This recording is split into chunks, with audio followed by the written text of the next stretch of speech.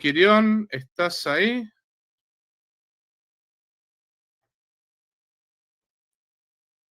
Cámara.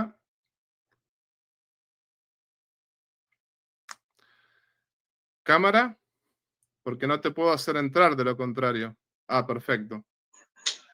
¿Qué tal, Quirión? ¿Cómo Sí. estás?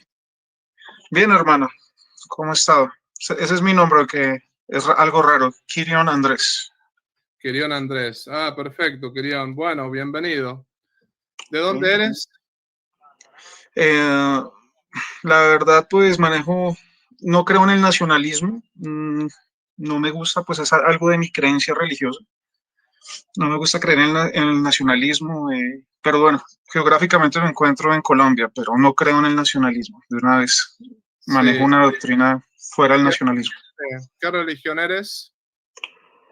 Cristiano. ¿De qué denominación? Tampoco estoy a favor de las sectas cristianas, no soy denominacional. Aunque se burlen, estoy acostumbrado a las burlas. Cristianismo primitivo del primer Ok, siglo. ok.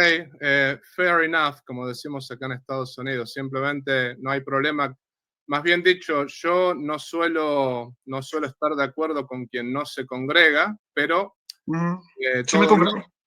Todo bien, me refiero si te declaras cristiano no denominacional, te No, entiendo. soy cristiano, pero no estoy a favor de para mí, digamos, las sectas post-reforma tampoco son de la voluntad del Señor, por eso es cristianismo primitivo. O sea, Ok, porque congregarse, usted que es un hombre preparado, usted sabe que la misa es un impulso para hacer una obra. Congregarse no es ir a cantar. La palabra ahí en el griego es episinagoge, ¿sí? Entonces, digamos, muchos han pensado que el congregarse es asistir a una actividad espiritual únicamente, pero pues para mí no. Para mí, digamos, congregarse, cuando dice Hebreos, congregarse, perdón, congregarse tiene mucho que ver con el cuerpo místico de Cristo. Cristo es nuestra cabeza y nosotros somos sus miembros. Pero bueno, ¿qué te trae por aquí hoy? ¿En qué te puedo ayudar? bueno, quisiera hacerle una consulta Sí, desde la sinceridad. Bueno, son dos. Primero, ¿cómo puede el papado ser la sucesión apostólica ininterrumpida, guiada por el Espíritu Santo, si muchos papas se excomulgaban entre sí y usurpaban el trono papal? ¿Sí? Por sí. ejemplo, digamos, tenemos el caso de Benedicto IX, que lo excomulgaron y, y creo que vendieron el papado, ¿no? Usted pues me ilustrará en ese sentido, usted que conoce más su religión. No lo vendieron necesariamente, pero bueno, había cuestiones de simonía en algunos aspectos. Mira, te respondo de manera muy sencilla. La excomunión no es un acto dogmático, la excomunión es un acto disciplinar. Entonces, por lo tanto, ahí no hay juego la infalibilidad papal, ¿no? O sea, me refiero, las Ya hemos cuestiones, hablado de que el trueno perdón, está asociado con la voz de Dios. te voy a silenciar porque hay ruido, después te doy la palabra, así te contesto. Mira, una cosa son las cuestiones disciplinares y otra cosa son las cuestiones dogmáticas, son dos cosas totalmente distintas. En Mateo 16, 18 está la diferencia entre Pedro hablando por obra del Espíritu Santo, más bien dicho, no según la carne y la sangre, sino según el Padre que está en los cielos. Y después lo que hay que decir es inmediatamente después, cuando lo confiesa, como digamos, como el Hijo de Dios, empieza a decir, bueno, nuestro Señor Jesucristo empieza a decir, voy a tener que morir, voy a tener que ser crucificado, y Pedro le dice, no, eso no sucederá. Entonces ahí es cuando el mismo Cristo le dice, apártate de mí, Satanás, tus pensamientos no son los de Dios, sino los de los hombres. Hay veces que el Papa habla ex cátedra y hay veces que no. La excomunión, y también tampoco el Papa es impecable, nosotros no creemos eso. Nunca la Iglesia ha creído que un Papa no tenga pecado, porque infalibilidad e impecabilidad son dos cosas distintas. El Papa es pecador como también lo era San Juan, como lo era San Marcos, como lo era San Mateo, como lo era San Juan y como lo eran los profetas. Simplemente que, bueno, que cuando escribieron lo que escribieron, el Espíritu Santo los inspiró. de la misma manera el Papa, pero no hay ahí no hay no se juega la infalibilidad, ¿no? Y después, bueno, hubo papas malos, pero hubo papas buenos. Hay trigo y cizaña, estuvo Judas Iscariote y bueno, estuvieron los otros apóstoles malos también, ¿no? Ahí te doy la palabra, no sé si te respondí. Bueno, de igual manera, me gustaría saber con base a que el catolicismo romano se arroja la sucesión ininterrumpida hasta la fecha, desde, bueno, desde la época de Cristo hasta el año 2025. Hay una manera histórica de demostrar esa sucesión ininterrumpida del apostolado. Hay Sí, una fuente histórica total. sí, sí, sí, está por una parte los mismos evangelios, o sea, tenemos que partir de los mismos evangelios, ¿no? Por ejemplo, en Juan 1:42, ahí, digamos, Cristo le pone de sobrenombre Kefas, digamos, a nuestro amigo Pedro, ¿no? No, nadie había utilizado ese nombre hasta el día de hoy, hasta el día que Jesucristo se lo puso a Kefas como sobrenombre, nadie lo había utilizado. Y digamos que Cristo fue y se lo puso a Kefas, que justamente tenía mucho que ver con Mateo 16:18, cuando le concede el poder de las llaves, que las llaves, cuando uno va a Isaías 22, ahí se entiende que el poder de las llaves es aquel que es el administrador, justamente con los rabinos y jeconías, ¿no? Y después, por otra parte, además de Juan 1:42, Mateo 16:18, por otra parte, podemos decir, Cristo predica desde la barca de Pedro en Lucas 5:3, y no solo eso, después inclusive Cristo le dice a Pedro, confirma a tus hermanos en la fe, eso está en Lucas 22:32. Después, por otra parte, Cristo se le aparece primero a Pedro en Lucas 24:34. Y después, por otra parte, está Juan 21. Déjame terminar porque esto es importante, ¿no? Para el resto que te voy a decir, ¿no?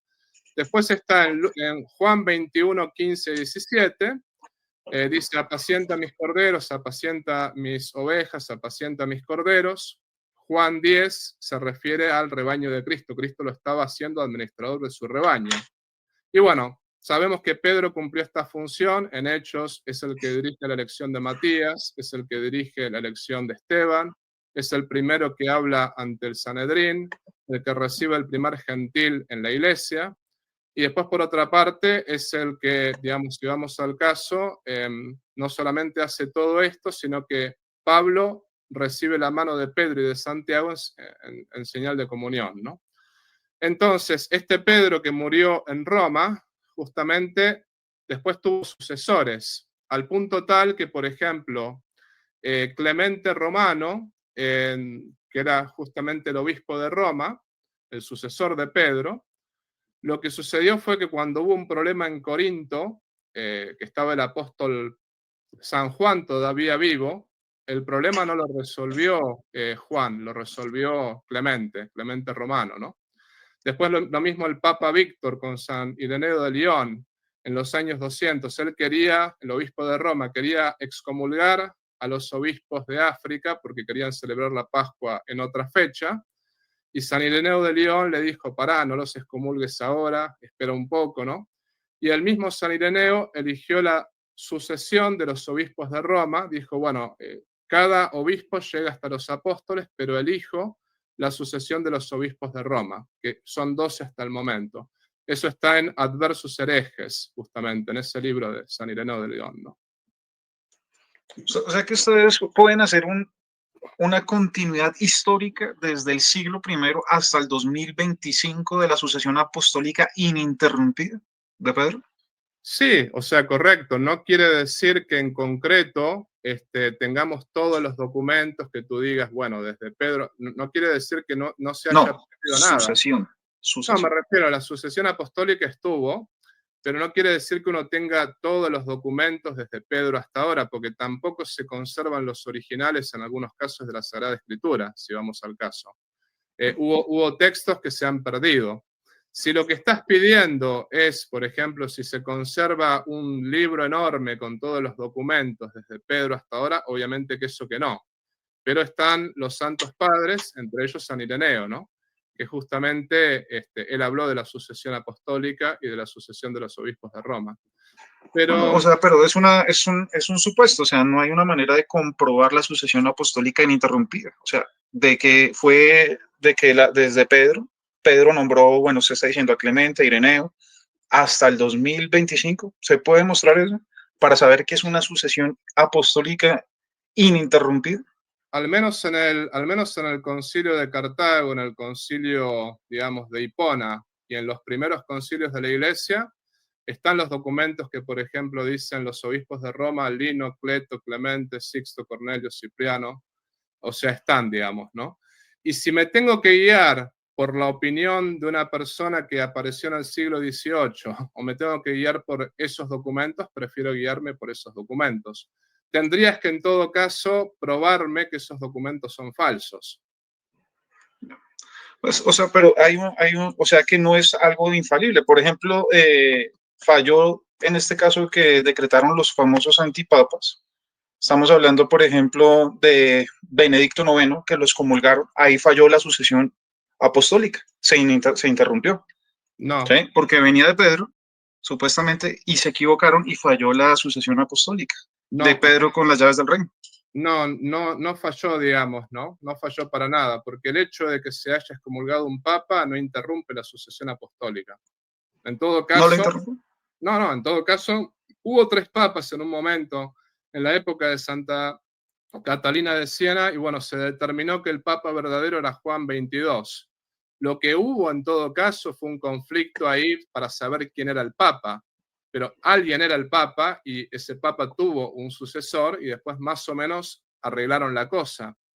Pero, por ejemplo, te hago una pregunta para que me hagas, para que tú me respondas también, ¿no? Supongamos No, que, supongamos que realmente no hay, me parece que tú apuntas en que no se puede demostrar la sucesión apostólica. Yo creo que se puede con todos los textos que tenemos de los santos padres, pero yo también te puedo hacer una pregunta. ¿Y la Biblia, cómo sabes que es palabra de Dios? bueno, ¿cómo sé? Jesucristo utilizaba la Septuaginta, ¿sí? ¿Por qué sé que es palabra de Dios? Porque recibió inspiración dada por Moisés directamente en el monte Sinaí. Ahí se recibió el Antiguo Testamento como palabra de Dios, dictada explícitamente. Los 613 mandamientos fueron dictados directamente audibles en el monte Sinaí por parte de Dios. Cuando los profetas hablaban, decía, palabra de Yahweh ha llegado a mí. Ellos no hablaban por cuenta propia. Bueno, eso es en el caso del Antiguo Testamento. Y en el Nuevo Testamento, pues ellos, los 12 apóstoles, son el fundamento de la fe evangélica, ¿sí? Los 12, lo que fueron escritos, testigos oculares por ellos. Eso es lo que uno puede catalogar como palabra de Dios, porque a los 12 se les encargó el ministerio apostólico. Sí. Entonces, en el primer siglo sí tenían la palabra de Dios porque utilizaban Vamos por en ese momento la Septuaginta. vamos por parte, vamos por parte. Te respondo a lo anterior. Digamos que estaba la Septuaginta, pero no había un canon fijo entre los judíos. Por ejemplo, entre los judíos estaban los saduceos, que por ejemplo usaban solamente los primeros 5 libros, ¿no? La Torá o el Pentateuco. Y estaba, por ejemplo, los judíos nacionalistas que utilizaban el texto masorético, que no era el texto de la Septuaginta. Y después, por otra parte, estaba, digamos, lo que sería, por decirlo así, aparecieron los esenios, los de Qumran, que hasta se Sí. permitieron inclusive quitar textos, agregar textos, no era tan claro que había un canon. Y después Cristo, por otra parte, no dejó nada escrito. O sea, Cristo utilizaba la Septuaginta, pero él no nos dejó el Nuevo Testamento ni nos dejó un canon bíblico. Entonces, ¿cómo resuelves eso? Sí, eso ya di la respuesta. Lo que es el fundamento de nuestra fe son los 12 apóstoles, o sea, las cartas escritas por ellos, y incluido el apóstol Pablo, ¿no? Yo tengo un problema Entonces, con eso también, porque, por ejemplo, si suponte que yo me tenga que ir de la Iglesia Católica, que yo no tendría ningún problema si fuese falsa, ojo, ¿no? Pero ¿sabes no, qué? Concluyo que el cristianismo es falso, pero bueno, eso es otro tema. El punto está que, por ejemplo, la carta a Timoteo fue escrita en el año 60 la carta de San Juan fue en el año 90, el Apocalipsis fue en el año 90.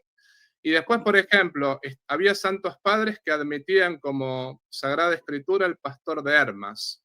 Había otros que admitían la Didaché. Había otros que decían que era el Evangelio de María Magdalena. Había, por ejemplo, santos padres que dudaban de la carta a los hebreos, si era genuina, no era genuina, era de Pablo, no era de Pablo. Y después, por otra parte, había, por ejemplo, libros apócrifos que eran considerados escritura por algunos padres y por otros no. Entonces, ¿cómo resolvemos todo eso? Si no hay una iglesia, por ejemplo, no hay una iglesia verdadera, ¿cómo resolvemos que todo ese menjunje realmente es palabra de Dios, no? Bueno, primero lo que yo te estoy diciendo, puede buscar por internet si quiere. Yo inicié con la línea de los hermanos libres de Inglaterra. O sea, yo no considero iglesias a un local y a un garaje. ¿Sí? De pronto podemos hablar, ustedes creo que como ordenados tienen que saber algo de griego. Por eso la palabra iglesia, eclesia, tenía un orden mucho más jurídico que, que de culto. ¿Sí? ¿A qué me refiero? Pero respóndeme la pregunta. Por eso, que como hay una iglesia que dictamine la verdad, es que vamos a definir qué es una iglesia. O sea, por ejemplo, ¿por qué solamente la iglesia católica romana? Que yo sé que hay hijos de Dios en la iglesia católica romana, ¿sí? Y yo admiro a muchos hombres católicos romanos, como Basilio Magno, ¿sí? Que entregó sus bienes por los pobres. Yo admiro mucha gente del catolicismo romano, yo no soy anticatólico, partiendo de ahí. Pero Okay. tampoco creo, por eso pueden investigar qué significa los hermanos libres, aunque tomo cosas de ellos, pero ahorita estoy tomando, bueno, otros asuntos. Los hermanos libres no creen que las denominaciones sean de Dios. ¿Sí? Y eso lo entiendo, pero ¿sabes cuál es mi problema con respecto a eso? Yo agradezco que no seas anticatólico y te has mostrado muy respetuoso, pero yo creo que, digamos, una iglesia existía en ese momento, ante todo por lo siguiente, porque Cristo le dijo a los apóstoles, quien a vosotros escucha, a mí me escucha, quien a vosotros rechaza, a mí me rechaza. Y de hecho, en la misma escritura aparece que los apóstoles, por ejemplo, nombraban presbíteros, nombraban obispos, Sí. nombraban diáconos, por ejemplo. Y también, por ejemplo, fue el concilio de Jerusalén, no fue solamente la escritura, fue el concilio de Jerusalén que dijo, no nos circuncidamos más directamente, el bautismo es lo más importante, o sea, como que hubo una separación del judaísmo. Y hay otro tema también, que si no hay una iglesia, porque a mí me parece que esta es la cuestión, Pero ¿no? por favor, defíname qué es. Yo entré en ese dilema. ¿Qué es una iglesia? La iglesia, Definamos qué es una iglesia. la Una iglesia, iglesia. la iglesia, ¿Solamente Roma, una iglesia? ¿Solamente Roma es una iglesia? la iglesia es el cuerpo místico de Cristo para los Ah, católicos. bueno. Por ejemplo, en, digamos, la palabra iglesia, sabemos que significa asamblea, un montón Bueno. de significados así, ¿no? Pero, por ejemplo, también la Biblia dice que hay que congregarse, por ejemplo. Habla de ¿Qué ese es tema. congregarse? Por favor, ilústreme en el griego. Congregarse justamente Episinagoge, por favor, búsqueme esa palabra. significa reunirse, significa justamente rezar juntos. Pero acá ¿Seguro, padre? Perdón, hermano, quiero, ¿seguro? quiero ir al punto que no me respondiste antes de volver a esto, porque estamos tocando muchos temas. A mí me Ajá. parece que si no hay una iglesia, más allá de las definiciones de iglesia y de todo eso, sabes que la promesa de Cristo no se cumple. Por ejemplo, Cristo dijo, yo estaré con vosotros hasta el fin del mundo. Yo os enviaré al Espíritu Santo que os enseñará todo. Si no hay una iglesia, tienes un pastor, por ejemplo, vienes tú y me dices, yo no soy denominacional, soy de los hermanos, no soy denominacional, pero después viene otro acá y me dice, yo soy bautista, viene otro acá y me dice, yo soy metodista, yo soy ortodoxo, yo soy esto. ¿Y sabes qué? Uno dice A y el otro dice Z, uno dice B y el otro dice G. Entonces, si realmente no hay una iglesia, lo que hay que decir es que el Espíritu Santo, al menos no parece haberse quedado con los cristianos, porque hay 10.000 divisiones y todas las iglesias dicen cosas contradictorias. Entonces, una de dos, o hay una iglesia verdadera, una iglesia que realmente está diciendo la verdad, o todas las iglesias son falsas, porque nos contradecimos todos los cristianos, ¿no? Y yo simplemente lo que le pregunto a cualquier cristiano como tú, como, ¿dónde estaba tu grupo, por ejemplo, en el siglo II o en el siglo I? Porque, por ejemplo, yo puedo decir, San Ignacio de Antioquía habló del obispo de Roma, le mandó una carta a los romanos y dijo, es la iglesia que preside en la caridad a las demás iglesias. ¿Tu iglesia dónde estaba en aquel tiempo? Claro, porque mi iglesia estaba por eso yo le dije, soy cristianismo primitivo. El cristianismo primitivo es volver a las raíces del verdadero cristianismo. ¿Sí? Uno puede ver cómo era el cristianismo primitivo, se reunían en casas, ¿sí? Tenían todas las cosas en común y perseveraban en la doctrina de los apóstoles, ¿sí? Ahora, ¿qué pasó? Hubo una corrupción totalmente, inclusive ustedes tienen que ser conscientes que inclusive toda la religión parte del judaísmo, ¿no? Ni siquiera del catolicismo. La madre de las religiones es el monoteísmo hebreo. De ahí parte todo, ¿sí? Y después... Estaría de acuerdo, pero el judaísmo apuntaba al catolicismo. Esa sería mi respuesta. Porque si el Mesías, justamente venido del judaísmo, ¿no? Si el Mesías es Cristo y si Cristo es el fundador de la Iglesia Católica, justamente el judaísmo era una imagen de lo que era Jesucristo y la nueva Israel, que es la Iglesia. Y también te puedo trazar desde Adán hasta Sem, desde Sem hasta Abraham, desde Abraham hasta David y desde David hasta Jesucristo. Siempre había una línea así bien recta que justamente venía de la Santísima Trinidad. Pero, amigo, de todos modos, ¿me respondes la pregunta? ¿Cómo sabemos? ¿Dónde estaba mi iglesia? ¿Dónde estaba mi iglesia? ¿Dónde estaba tu iglesia? Por eso te digo, la primera pregunta, ¿cómo sabemos, si no hay iglesia, cómo sabemos que la Biblia es palabra de Dios? Porque todo lo que me dijiste, es decir, los santos padres tienen distintas opiniones y no hubo Biblia por los primeros 4 siglos. Entonces, ¿cómo sabemos que realmente la Biblia es palabra de Dios o que la Biblia, es inspirada? Son muchas preguntas. ¿Cuál respondo primero? La primera que me están diciendo, ¿dónde estaba mi iglesia en el siglo II? ¿Esa es la primera pregunta? Mejor concentrémonos en cómo sabemos que la Biblia es palabra de Dios, porque eso ya lo respondí eso. ¿Cómo sabemos que es palabra de Dios? Sí. Pero no me lo respondiste. El motivo es este que no me lo respondiste. Porque no hay ninguna parte de la Escritura que diga que toda la Biblia es palabra de Dios. No hay ninguna parte, ni siquiera... Sí, en Timoteo dice toda la Escritura es inspirada por Dios. Pero bueno, Timoteo fue escrito en el año 60 y Apocalipsis en el 90. ¿Fue inspirado por Dios? Sí, pero Timoteo no se refiere a los 46 libros del Antiguo Testamento ni los 27 del Nuevo. O sea, San Pablo ni siquiera sabía que lo que él estaba escribiendo ahí era realmente palabra de Dios, eso mismo. Entonces, esa es una interpretación tuya, ahí está el punto. Y acá es donde quiero llegar, ¿no? Siguiendo tu interpretación, porque justamente tú eres un cristiano no denominacional, ¿cómo sabemos que la Biblia es palabra de Dios? Porque Timoteo no define el canon. Yo expliqué que el Antiguo Testamento recibió una revelación, por decirlo de alguna manera, en castizo, audible de parte de Dios. Sí, Moisés, que escribió el Pentateuco, fue audible.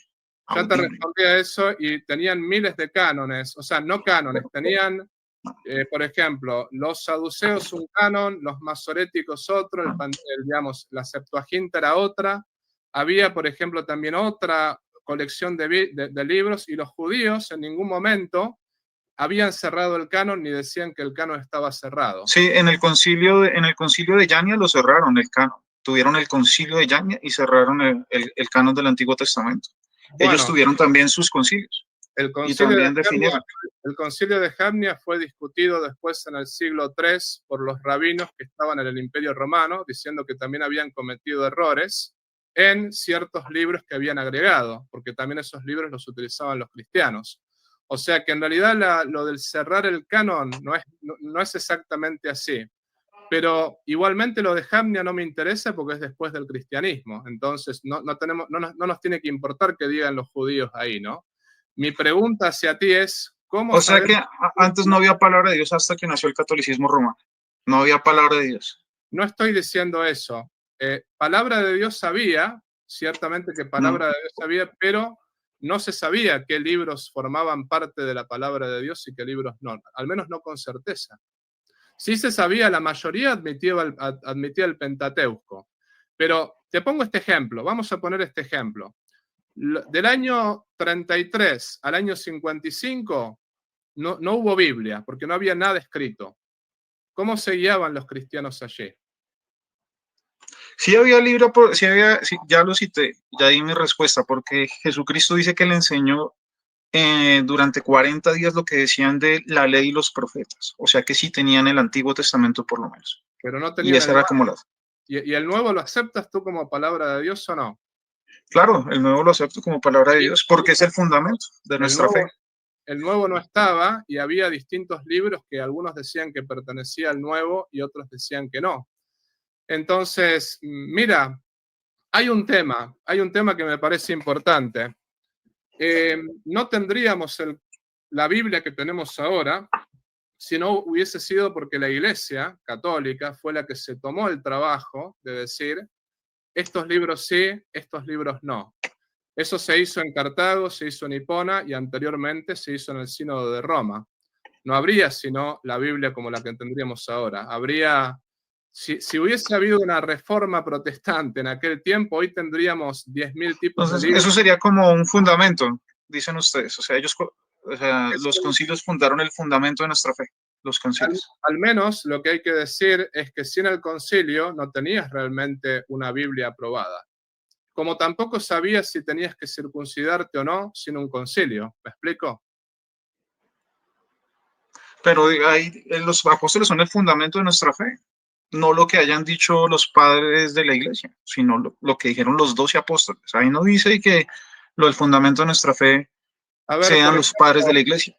por ejemplo 2 Timoteo 2:2 dice, lo que oíste de mí, digamos, lo que oíste de mí, transmítelo a otros hombres que sean capaces de enseñar la palabra de Dios.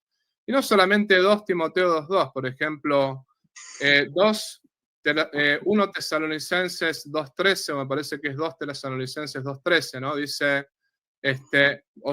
os alabo hermanos porque habéis acogido la palabra nuestra, o sea, se habla de la palabra oral ahí, ¿no? Os alabo hermanos porque habéis acogido nuestra predicación, no como palabra humana, sino como lo que es, como palabra de Dios. Ahí San Pablo está hablando de una tradición oral, de una palabra oral que también dice, la acogisteis como palabra de Dios. Y por ejemplo, 2 Tesalonicenses 3:6 dice, os exhortamos, hermanos, a que os alejéis de todo hermano que no siga las tradiciones que vienen de nosotros. O sea, que no siga, no está diciendo que no siga la palabra de Dios. Que no De siga los 12. Y después 1 Corintios 11:1-2 también dice algo parecido. Entonces, la Biblia en ningún momento dice que justamente que solo la escritura escrita es palabra de Dios. No lo dice en ningún momento. Claro, La, pero el magisterio para mí, ¿quién sería? Los 12. Ustedes tienen un magisterio, pero obviamente, para mí mi magisterio sería los 12 apóstoles. Sería como a ellos fueron los que recibieron la verdad absoluta. sí, Por pero bueno, ejemplo, los la apóstoles, iglesia ya tiene la verdad absoluta, la iglesia romana tiene la verdad sí, absoluta. ciertamente que la tiene, pero lo que vamos a responderte lo anterior. Los 12 impusieron las manos a otros también. Y así fue que se transmitió el Espíritu Santo. Entonces, a lo que voy con esto, por algo lo eligieron a Matías, y esa elección de Matías la dirigió Pedro, por decirlo así, ¿no? Y también lo que hay que decir es que impusieron las manos a Tito, a Timoteo, a todos los demás, ¿no? Es decir, lo que estás diciendo de que justamente un cristiano tiene que ser no denominacional o tiene que pertenecer a los hermanos, ¿sabes por qué no me cierra? Porque no era como vivían los santos padres. Te voy a leer lo que dice San Cipriano, por ejemplo, en el siglo II. San Cipriano dice lo siguiente, y esto me parece que es importante que lo tengas en cuenta. Él dice lo siguiente, ¿no? Para que lo leamos juntos. La esposa de Cristo no puede ser adúltera, siendo como es inmaculada y pura. Todo el que se separa de la iglesia se une a una adúltera, se aleja de las promesas de Cristo y no alcanzará las recompensas de Cristo quien abandona la iglesia de Dios. No puede tener a Dios por padre quien no tiene a la iglesia por madre. Después dice, la cátedra de Pedro, quien no guarda esta unidad de Pedro, ¿va a creer que mantiene la fe? Quien se separa de la cátedra de Pedro, sobre el que se fundó la iglesia, ¿puede confiar que está en la iglesia? Prefiero creerle a San Cipriano antes de creerle a un cristiano del siglo XXI, discúlpame, pero... No, por eso te digo, ¿y por qué no le crees, digamos, o sea, eso es lo que te digo, ¿quién se ha separado de la iglesia? Eso es imposible separarse de la iglesia mística, porque el que se une con el Señor y con su espíritu, dice Pablo, que uno es con él. O sea, es imposible. Y lo que lo hace a uno miembro del cuerpo de Cristo no es una membresía y pertenecer a un sistema. Lo que le hace a uno pertenecer al cuerpo de Cristo es la adopción del Espíritu Santo. Dice que el Espíritu mismo nos da testimonio de que somos hijos de Dios. ¿Y ¿Sí? por qué Y uno, estos no Juan, nacen de voluntad de varón, sino que nacen por voluntad de Dios. ¿Y por qué uno Entonces, Juan 2, 18 y 19 dice que justamente aparecieron varios anticristos que salieron de nosotros, pero no eran de los nuestros? ¿Y por qué los apóstoles, por ejemplo, se preocupaban de, en el caso de Pedro, a Zafira y Ananías, de meterles el castigo que le metió justamente por no compartir como correspondía sus bienes? Justamente Pedro en ese momento ejercía como cabeza de una comunidad y era una comunidad jerárquica, porque los apóstoles, cuando tenían que justamente resolver temas, el tema de los diáconos, el tema de recibir a los gentiles en la iglesia, el tema de la circuncisión, no es que la resolvía un grupito de personas que dice pertenecemos a la iglesia mística, no, la resolvía una jerarquía, que eran los apóstoles. Entonces, si me dices que la jerarquía eran solo los apóstoles y que Cristo no dejó ningún tipo de jerarquía para el resto del mundo, lo que yo te puedo decir es lo siguiente. No entiendo por qué los apóstoles lo nombraron obispo a San Ignacio de Antioquía. No entiendo por qué los apóstoles lo nombraron obispo también al mismo Dionisio. No entiendo por qué los apóstoles nombraron obispos, presbíteros, nombraron diáconos, no nombraron una iglesia jerárquica. Disculpa, pero me parece que lo que estás diciendo a mí no me hace ningún sentido, no por ser romano, sino porque tampoco me parece que esto tenga que ver con la escritura, ¿no? Tampoco. Bueno, amigo, bueno, ¿algo más?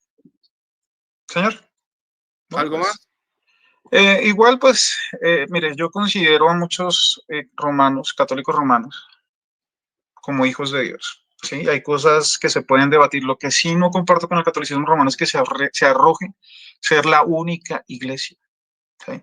Porque eso están dándose como poseedores absolutos de la verdad. Entonces, digamos, y la verdad es algo, y eso no es una herejía, es algo que se va construyendo con el tiempo. Por ejemplo, ustedes tienen los dogmas. ¿Qué pasa ahorita si llegan a declarar un dogma de que María no es corredentora? Si llega a pasar eso, entonces hace una semana no tenían la verdad absoluta y ahora una semana después sí la tienen. No Si ve que la pasaría, verdad es algo que se va construyendo. no pasaría absolutamente nada, porque Bueno, María, más bien dicho, no hay ningún dogma que diga que María es corredentora.